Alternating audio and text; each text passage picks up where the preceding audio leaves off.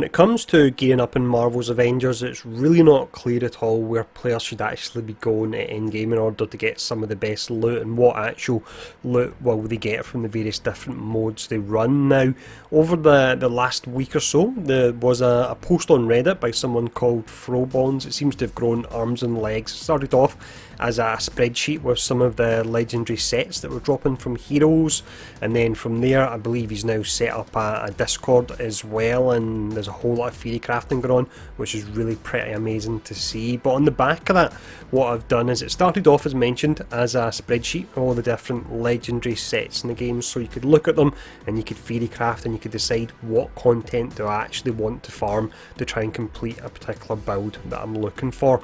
So what I've done, I've took the images from this spreadsheet, because some of them have been taken on mobile phones and so on, so they're not very good quality, and I've put them all into an infographic for each of the different sets that we have at the moment. It's 4 different sets, but that will expand as we get the Mega Hive, or more people getting exotics from the Mega Hive, and we get the upcoming raid as well. But for this video anyway, and I will do it for all of the characters, we'll start off looking at the 4 different sets that are available for Thor. So that's 3 legendary sets and an exotic set as well, and I'll tell you if you're looking to run maybe a ranged or a melee build, for example, which item pieces you want to look out for.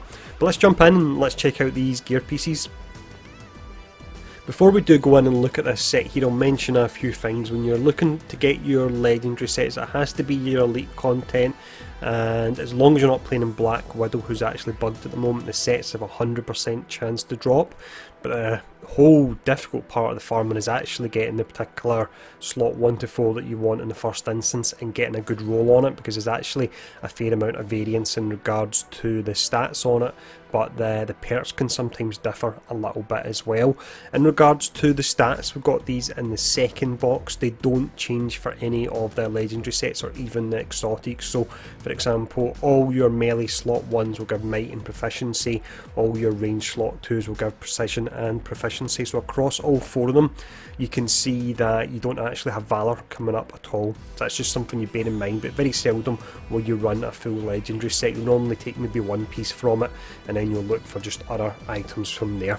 But to break this set down anyway, so for your slots 1 and 2, which is your melee and your range, there's really nothing special going on here. They have a variable effect. So what this means, just for example, if we look at the melee ones, so your 2 perks you've got, one of the perks would be a random status effect. In this instance it would be on a light combo finisher, and then you have a random status effect on a heavy combo finisher. Personally, I think you can find a random legendary that'll be better than slots 1 and 2 that look like this, so we'll just skip past them for now. But if we move on to slot 3, this is the defensive slot, so it's the chest plate of Scion. So this one here, it's got untouchable Jarvis barrier. This is actually really important on Thor, and I'll tell you why in a moment. But this offers a percent. Whenever I don't have a number for the percentage, that means it can change. But this offers a percent chance when perfect evading an incoming attack to activate Jarvis barrier. The barrier protects against damage for 20% and max willpower. Now the reason this is really great on Thor, and if you're a hero's Hulk as well for example, is that when you go into your overcharge state in these heroes, one hit will knock you out of it, whereas with this the barrier actually protects you from that, so you can stay in overcharge even longer. So exceptionally important in heroes like this. Also with this, the next perk, it says name not available because in the spreadsheet it's not unlocked yet, but we can see what the perk does. It's 33% to instantly recover when suppressed. Not really that good at all. If we look at the slot 4, this is actually a really good one. So this one here offers proficiency and might. It then has lethal Jarvis barrier.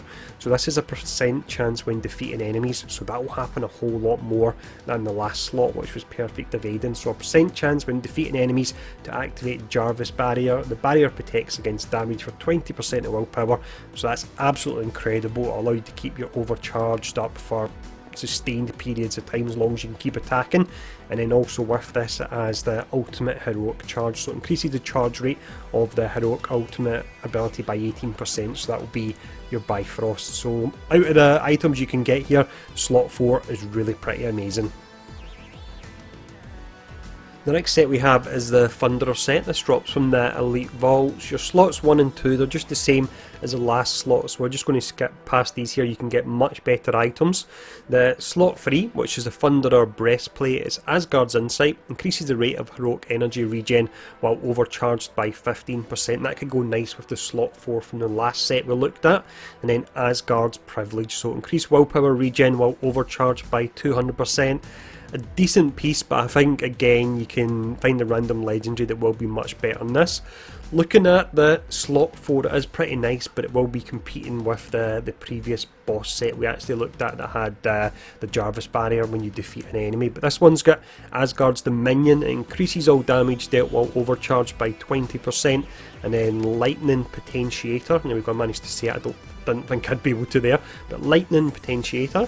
It increases the amount of shock damage with any attack by 24%. Last time I actually tested this, it was bugged and it wasn't adding on to the shock damage at all, so if you do use this, do test it. But looking at the items here, slot 4 is good, but once again it will be competing with the previous slot 4 that had the amazing Jarvis barrier on it, so you'll need to make a personal decision there.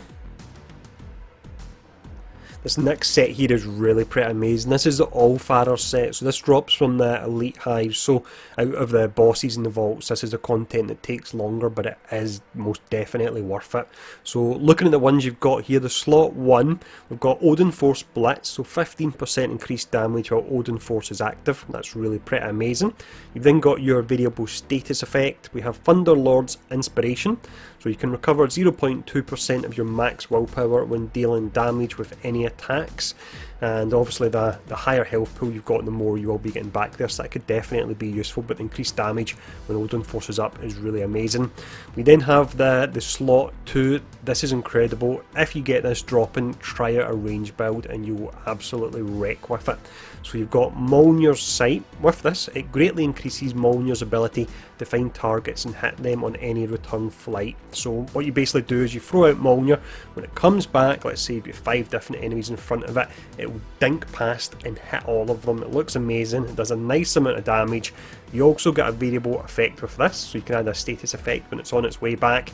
And then the final perk that we don't have the name for, this increases the critical attack damage by a set percent when the hammer is returning from flight. So amazing. If you can get this, do try a range build and you'll absolutely love it. Looking at the slot 3, I would say this is probably the weakest out of them. It's Odin Force Recovery, 20% increased willpower when Odin Force is active. Odin's Redemption, which is reduced the intrinsic energy cost for severing a guard break by 50%. Just don't see the point in that. And Odin's Augur, if that's how we say it, increases the maximum energy of the Odin Force meter by 10%. That is nice, but personally the other perks on it don't really blow me away too much. Now looking at the Allfarer belt, this one here, it's Warrior's Fury Recovery, 200% increased willpower recovery from Warrior's Fury. Heroic Assistance, that increase the charge rate of Heroic Ultimate ability by 18%, so that's the Bifrost of course, and then Warrior's Grace, which is really nice, and if you were to use this, then it would be due to really Warrior's Grace, so it increases the buff duration of Warrior's Fury for all team members by 3 seconds, so that's really pretty nice there. So looking at the items, I would say your 1, 2 and 4 are really pretty amazing, and you can come up with some really nice fun builds with them. Let's check out the final set we have at the moment, and as mentioned we will be looking to add to these in time with other raids and so on, but the final set we look at is the exotic one. So the way it looks like at the moment then is we'll have 3 different places where we can actually farm 3 different exotic sets. In this instance you've got the Heroic Hive, you've then got the new one with the 40 floors, I think it's the Mega Hive it's called, and then we'll have, I believe it's a secret lab which will be the raid, and that's potentially maybe where you'll get the 3rd exotic set as well. But these are the ones that we've got details on at the moment. So this comes from the Heroic Hive, so this is the 14 floor one. It isn't guaranteed, but once a week when you're in this you have a much higher chance of an exotic actually dropping them. So if we look at the slot 1, you've got the variable effects there across the first 2 perks. Then you have Asgard Insight. It increases all status damage dealt by 25%. That's really pretty amazing because you will be doing a huge amount of status damage for. We have the ranged one. It's variable effect again there for perk 1 and 2, and then for the final perk it increases the amount of enemies that can be targeted by by Mjolnir by 2 targets, and it requires the manual targeting skill. I would much rather go for the Alfara slot 2 over this one, so I wouldn't bother trying to farm that. Not that you have a chance, because it will be a random slot 1 to 4 that drops, but if you get this slot 2, I wouldn't upgrade it.